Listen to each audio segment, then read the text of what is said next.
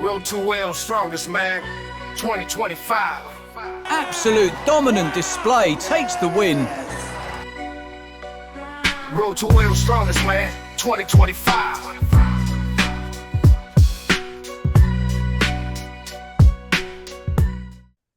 To make a diamond, you need a lot of pressure, and I've got the pressure to crack diamonds.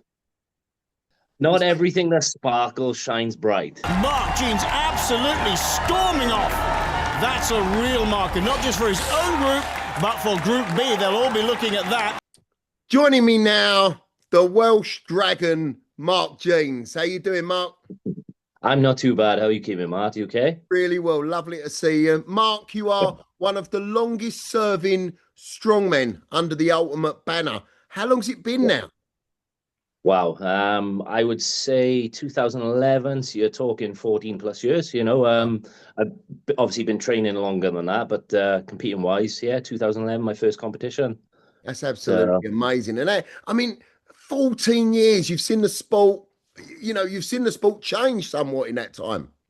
Oh God, yeah. People don't. I think the day and age we're in with the strongman world now, going from literally car park shows to stadiums is you couldn't fathom the transition from where it was to where it is now. And I don't think everybody at that time thought it would get to the point where it is now. But wow, it's massive. It's completely changed. And yeah, it's becoming like, how can you say, the bigger shows, the better shows, and it's becoming more popular, and people are waiting to watch it on TV. You know, not so much the older generation. You know, like everybody has this story of how they started in the sport, and it's normally like with their grandparents or their parents who are older or whatever. They sit down and watch it for Christmas time. But yeah, the sport has just phenomenally moved forward, and it's great. It's great to still be part of it, but yes, time and age has caught up with me, and I'm slowing down. But yeah, I'm still fighting and still progressing slowly. So how old are you now? Years left. I'm 38 this year. Wow. Okay. So yeah. So I remember that fresh face. I remember that fresh face Welshman that turned up at Waltham Abbey. I was emceeing one of my first competitions that I was involved in, and Crunch Mania. And it was, blimey, that was a long, long time ago now. But we could sit here and reminisce forever. That's not what we're here for. Wales 2025, it's now less than a week away. With it being now your 14th year of Strongman, do you feel like every competition has got a count now? Yeah, you know, when you first start in this sport, you're indestructible. I think, you know, majority of people, a good night's sleep and you're back training the next day. But the older you get, the more sort of wiser and smarter you have to be and train more sensible. The days of me training like 5-6 days have slowed down a bit, and trying to be sort of conscious about the time I use now and being as sensible as possible. But yeah, you know, it's difficult working full time. You know, I'm a father of 4, and yeah, I'm trying to balance everything, and it's doing well. You know, everything's going okay. But as we all know, you know, injuries happen, and time takes its toll on our body, and we get slower. But I'm not down. I'm not out. I'm still there. I'm still competing. I'm still podiuming at the moment. But we've got some phenomenal athletes coming through, and yeah, the younger whippersnappers are coming through. And I remember seeing YouTube videos and stuff like that. You know, the older strongmen talking about the younger generation come through, and it's nice to get to the point where I can talk about it, you know, and say these guys coming through are looking stronger, fitter, faster. And, you know, and I'm proud to be part of their journey to help them into the sport and potentially, you know, go further and further and further, maybe get to World's Strongest Man. Who knows? You know, ideally, we would like to have another guy win UK Strongest Man, another Welsh guy. But yeah, we'll see. There's plenty of young bucks coming through, so we'll see. As you say, Strongman's in a very, very good place. What does an average training week look like to you now at 38 years old? Well, the back-to-back sessions have slowed down a little bit. So normally I sort of train events on a Sunday, so I can have a good rest on Saturday, ready to push it hard on Sunday. But I would normally train the Monday afterwards. But I need that extra rest day now, so I train. My days are Sundays, Tuesday, Wednesdays, Thursdays. Thursdays more about rehab and sort of mobility days, and then Fridays I train, and then Saturdays off. But some days I have to alter around depending on obviously work life as well, depending on if I'm picked up a niggle injury, and depending on how hard I got to push. Like prep for this show now has been very, very hard. When you've got guys who are making things look easy and you're struggling, you've got to push harder to try and keep up with them. But that's the good thing about it as well. When you're training with guys who are just coming through the ranks, they make you work harder. And being as old and wise head as I am, sometimes you do sort of switch off to it, but you've just got to be sensible and use the time you have and build up. And yeah, we'll see. It's gone well. There's been a few blips in the road, but yeah, I'm prepared. The time is here now, so yeah, we'll see what the game day brings. Do you fancy your chances at Wales Strongest Man this year? Realistically, can you be on the podium? Can you be top of the podium? In all honesty, I'll never write myself off. But I'm not one of these people to say I will 100% win it. I'm this, I'm that. I'm a great believer in every single person on that day is a threat. You look at last year, Jacob Brooks. Yeah. No one even put him in top three. I've never even heard of him. Respectfully, I know Jacob. He used to train a couple of sessions down with us, and following his progress and fitness, he absolutely destroyed it, and he deserved that title. It's difficult to predict when things happen on the day. So you got like going into this Welsh. There's names been thrown around left, right, and centre, but there's people in there that we don't know. When you could have someone just turn up and all of a sudden you're like, who the hell is this? And then the people you predict to be top three. So for me, I generally top five, possibly six is going to be tight. I think that's how tight it's going to be right to the final. You can have guys who dominate one event and then they're going to fall back on other events. You have guys then who are going to do well over 2-3 events and be consistent. You've got guys then who are going to be consistent over the 5 events. So it's the points wise, it's going to be, I genuinely believe top five is going to be very, very tight, if I'm honest. Let's chuck a couple of names into the hat for that podium or top 5 even. I mean, who do you think is going to perform? Have you got any inkling? Have you got an inkling on any surprises that might be coming our way? Yeah, like I say, with names out there, Jamie, he's looking phenomenal at the moment. He's looking on form. He's going to complete it. Jamie Nelson, absolute dominant display, takes the win. Nobody saw that coming. You got Will. Will went to UK's with 0 prep. He got called up for 2 days and come, I think it was 6, I believe, overall, so you can't write him off. These 2 boys, I genuinely believe have got great prospects for this country. There's other guys who are not competing, which is a shame, and I think they're phenomenal, But yeah, going back to the Welsh, Luke Spaduti, just because he's in, behind the scenes, he's a dangerous threat. There's events in there, he just pulls out the bag and he'll catch people off guard. I believe Dave Rampley's still competing, so you can't write him off. He's got the experience and knowledge. You've got Matt Dimond as well. Matt's looking great. There's 2 events in there that potentially he could win 2 events, But then this is why I always say to people, at the end of the day, just because you're strong at that one event doesn't mean you can't make mistakes. And mistakes do happen, even to the most experienced of people. And people capitalize on them, and what happens is then people slowly creep through the ranks, and then before you know it, top 3 is like, Jesus Christ, where did these guys come from? Yeah. Going back to last year for myself, I was 9th, I believe, at one point, and it was just like, well, I'm just going to do what I'm going to do, enjoy myself, and I managed to crawl it back for 3rd, which I'm proud of. I earned that spot, and looking at the points, top 3, there was a point between 2nd and there was a point between 1st. So that's how close it was, top 3 last year. Martins, yeah. So, and now you got hungrier guys like Jamie last year. If he loaded that stone, he would have won Wales Strongest Man. So that's how close things are getting, especially in the Welsh scene. The guys are literally just missing out by that 1 point, or that they're missing out by 1 second.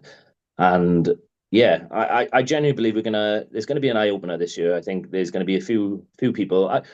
I'll put myself, in the mix of the top 4. My goal, I have a personal goal, what I want to achieve. There's some events in there that I think that I can hold my own and do very well on. You know, I've been working very hard. I know there's been a few criticisms about my log, and I hold my hand out. You know, at the end of the day, I think this sport, people don't realize how much it takes its toll on your body. I've got injuries. I've got the thing. I'm not going to use excuses. I'm going to turn up. The ref says down, it's down. And I think everybody understands that, you know, but we all get there. I think we train so hard that when we get to that sort of decade in the sport, that if you're not injured, you haven't pushed your body hard enough. And it's trying to rehabilitate while still being a competitor, you know, like for me, it's horrible to say, I'm one injury away from retirement, you know, and I genuinely believe that I've still got a lot of fight left in me, but it's hard. It is a hard sport, and yeah, you've just got to keep. The reason I'm still doing is pushing myself as hard as I am is because I love the sport. You know, 14 years invested in it, and every session I go to on the Sundays, I come away and I just feel 10 times better. You know, don't get me wrong, my body feels absolutely in bits, but mentally wise, I come away and I'm so relaxed. We have a good laugh, and it's not just for us, our group, our training group, and we don't just we train literally. We get there from like 10 o'clock, 11 o'clock, and we'll train till about 6 o'clock at night. But it's the bonding. We all talk about personal lives. We all talk about where we want to go in the sport. We all talk about, you know, what we want to achieve and how we're going to achieve it. And, you know, and I think that is a big part to how someone progresses in the sport, you know. You make it sound a bit like a therapy session almost. It's almost like, you know, it's not just strongman that's on the agenda. I think life in general. Yeah. I think that we all seek that sort of release, not just about. We all want to be the alpha male in respects of like the strongest person in the gym, and we all want to say, you know, we've achieved this, we've done that.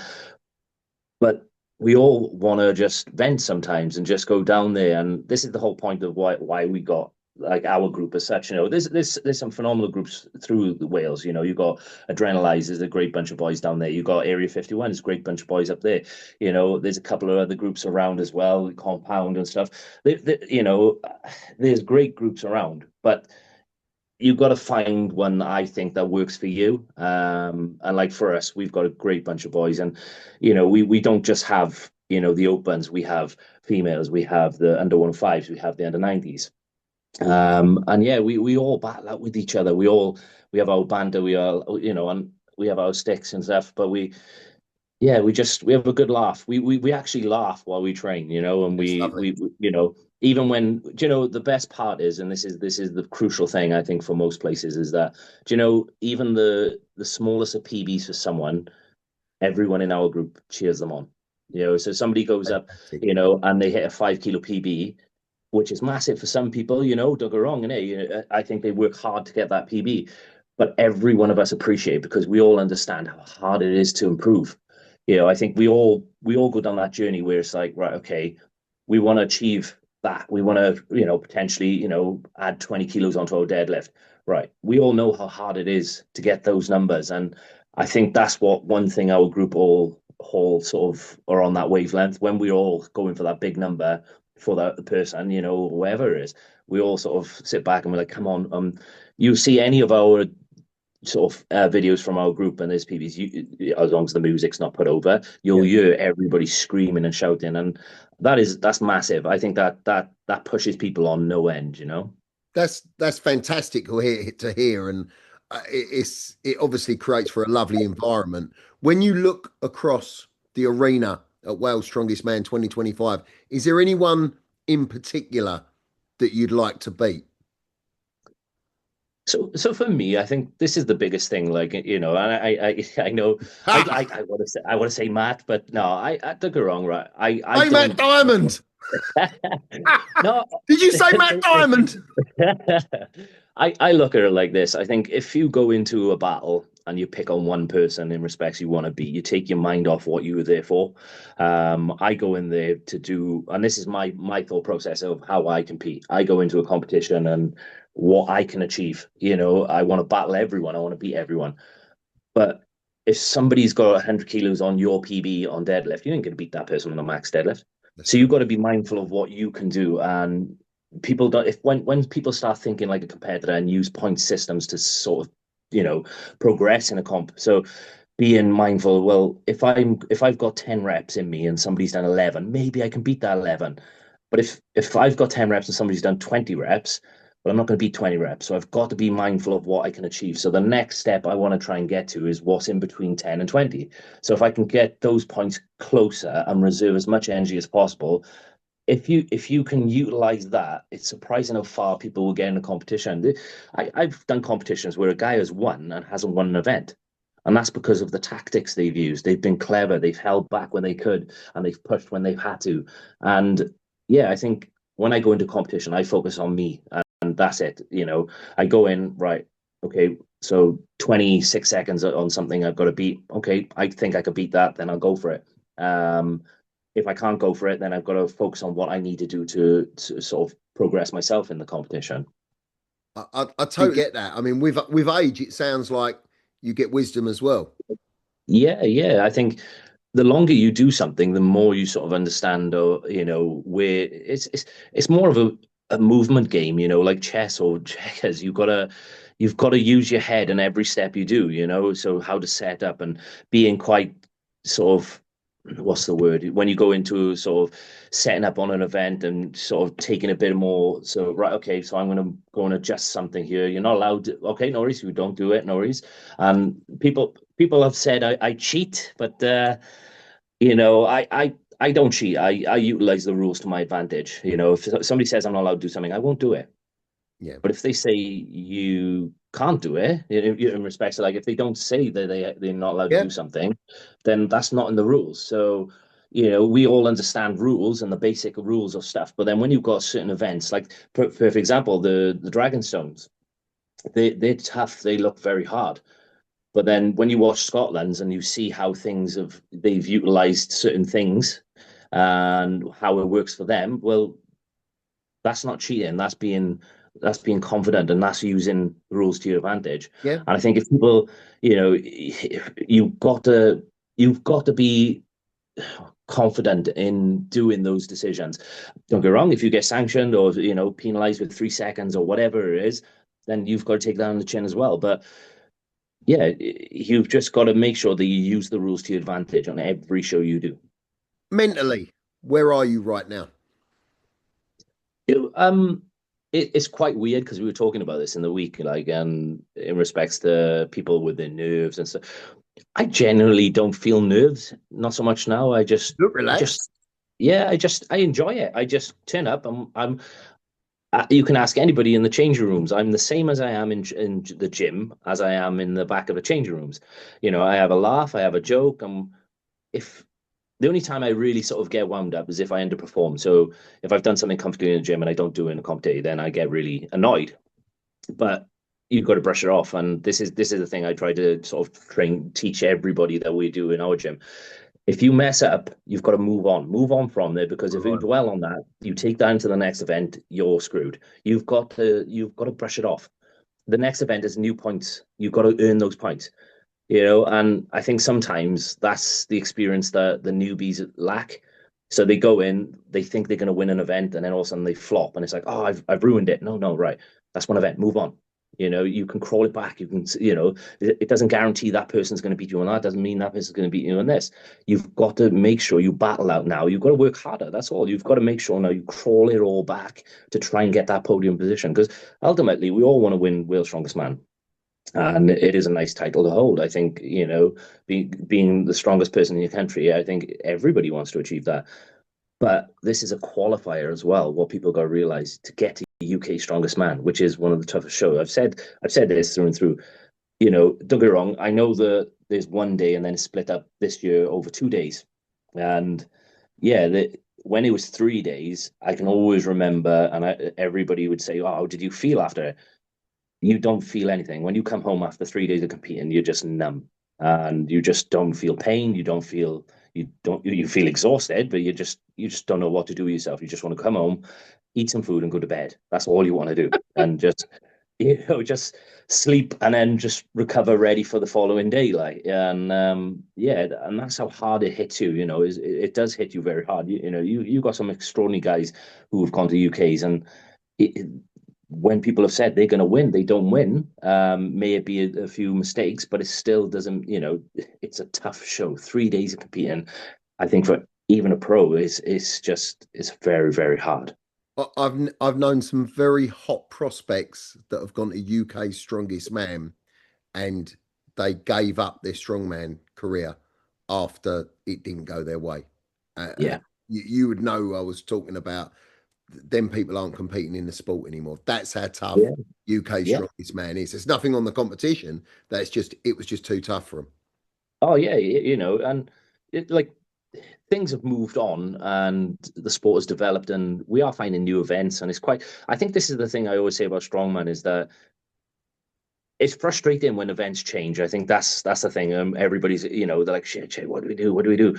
Right. You just got to understand, right? Things happen and it's out of your control. You've just got to find a way now to develop and move forward with it. Right. How do we adjust? How do we adapt? How do we, right, what do I have to do? Right. Can I have a little go of this? Can I walk over? And be confident to say, right, just wait till Glenn's not looking and then just go over and just have a feel of things. And that's, I think that isn't the most important thing, is you've got to just be adapting. You've got to adapt, because you go to a show and just say, God forbid, something breaks. Well, they're over in Wales, all the kit's in Ireland, so they've got to try and think of something there and then, And like, I remember one year we had the Bavarian deadlift. Do you remember that in the Titanic Centre? Yeah. And Ed went up, pulled it, and snapped the bloody thing. Pulled it so fast, it twisted and snapped it out. But lucky enough, Glenn got a few people over to weld it and stuff. But yeah, it's one of those, and God rest his soul, Aaron Page, we were there that day, and he won that deadlift event. Who would have thought, anybody beat Ed All on a deadlift event? But Aaron did, and a phenomenal athlete. But yeah, it's when you look over the events over the years and how people have just sort of manipulated the sort of ways to sort of make themselves better, and and people got to realize as well with ultimates, like, we're not using straps, and it's not knocking, not straps, suits. We're not knocking other sports or other sort of corporations or anything like that. It's just everything is hard, so you got a max deadlift or you got a deadlift ladder, no suits. And you're like, Jesus, okay, fair enough, right? No briefs, okay, no briefs, okay. No figure of eights. You're like, oh my God, Glenn, you're trying to kill us here. But yeah, I think that's the part as well, is very, very grounded. You've got to work hard. Yes, you could have a great deadlift, but take away someone's suit and all of a sudden they're dropping 40, 50 kilos on their deadlift, and they're not the predicted winner of that deadlift. You're absolutely right. Let's look to the competition now. Let's wrap it up. Yeah, giving me a prediction. We're playing. We Are the Champions. Glenn is reading out the scores. Where is your name? Oh, see, no, right. I'm going to give you top 5 and my predictions, not in any order, but I genuinely believe these 5 guys. This is my personal opinion on them. I think Matt's going to be in top 5. If everything goes his way, I think he's going to be top 3. Jamie, I think as long as Jamie can compose himself, I think he's going to be top 3. Will has potential top 3. Yep. As long as he keeps his head together and focuses, he has some great events. I think I'm going to be top 3, 4. Yeah, I think I'm going to be in the mix with it. And I'm going to put Spaduti in there. I think he's been overlooked. He trains hard. He's got some good events in this, and he's very versatile. So he's fit, he's strong, he's got the leverages, he's got the wingspan. So yeah, I think top 5. That's my prediction for top 5. But like I said before, there's guys. We got guys who were training with us. You've got Luke Williams, who stepped up. Morgan, another boy who's under 90 with Strongman, he stepped up. Statically, Morgan's not the strongest, but this boy can move, he can shift, he's quick. So kegs are going to be interesting. You've got Luke, who's got a lot of points mixed up, maybe. This is what I mean, and then you've got Luke, who's got a good press, who's got a good grip, who can move. So all of a sudden now these guys have trained on stone to shoulder as well, you know. So these dragon stones, when something is lighter, these points, like if you look at UK's, they had, I believe it's 140 for repetitions, but then we've got 100 or 90 to 140. So all of a sudden now it's light enough for people to get points and potentially snip in to get the top end of the table of points, because they could just be a little bit quicker. You're absolutely right. I mean, it makes for a very, very good competition. It's coming up this weekend. I get this feeling you've got a quiet confidence about you. I've never seen you looking so relaxed as well, and it's great to see. So, Mark Jeans, good luck for the competition. I know you're going to do.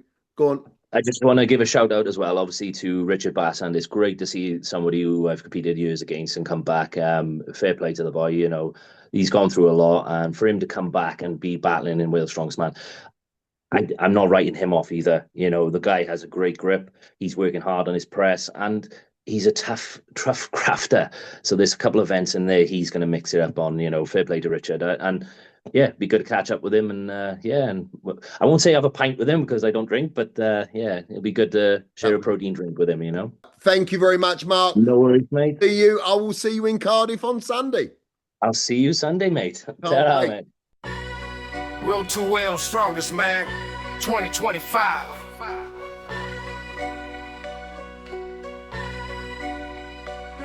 Road to Wales Strongest Man 2025.